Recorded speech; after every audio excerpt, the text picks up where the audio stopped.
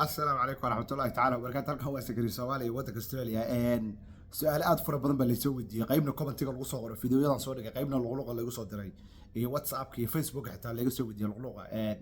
oo dadku aad ay weydiinayaan su'aalihii laymankii waxyaalahaas waxaad moodaan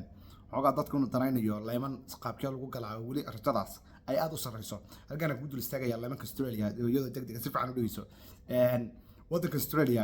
laga soo bilaabo 2025 ilaa iminka oo 26 waxa qaxootiga arrimuhu qaadanaya iska bedelay horta ma jirto laakiin dood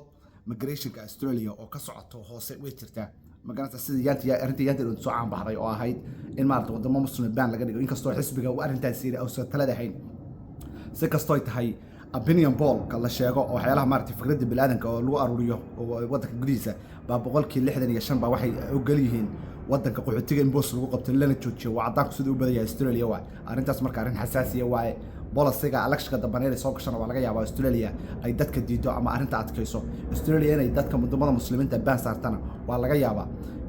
dhinaca kale hadaan ku eegno Australia sida caadiga waxay raacdaa oo ay ku dayataa hiyo u ah badan ay America United States America ku dayata America maanteedaan madaxweynaha Mareykanka qodbadii maanta ka jeediyay magaranaysa the State of the Union wuxuu ku sheegay in magaranaysa America ay magaranaysa wili gurayso magaranaysa Minnesota iyo Soomaalidana oo soo hadal qaaday asagoo yiri markaas waxaan u dul magaranaysa loo sameeyay the fraud department vice president madaxweyne ku-xigeenka Mareykanka ayaa horkacay hadda laga bilaabo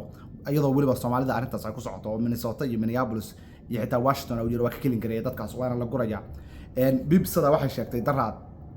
2500 oo Soomaaliya waddanka Mareykanka horta inuu ka yaacay oo ka sii daayay 2500 kun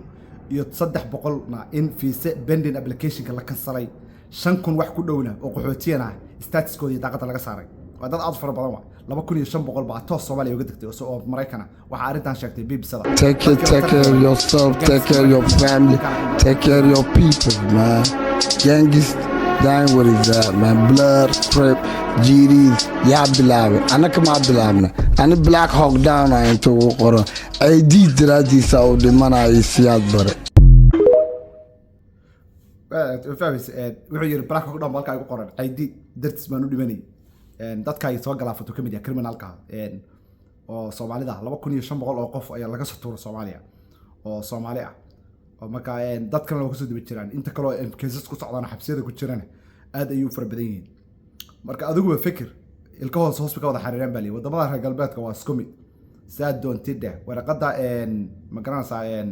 amurahan oo dhan iminka way soo canbaxayaan wayna soo adkaanaysaa dhaqaalaha adduunka iyo siyaasaddu markay soo qiriri soo gashana waxa si adkaanaya laymankii afaaraha qaxootiga Australia Soomaalida soo qaadanaysa Soomaalida Australia inay diidaa badanta way u badan tahay waa laga yaabaa macquul laakiin wali line-ka Soomaalida way soo kortaayo haddaan ku hadlayo iyaan dhawid Soomaali badan baa Australia timid marka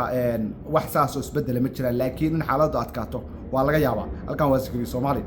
iyo waddanka Australia. Assalamu alaykum wa rahmatullahi wa barakatuh.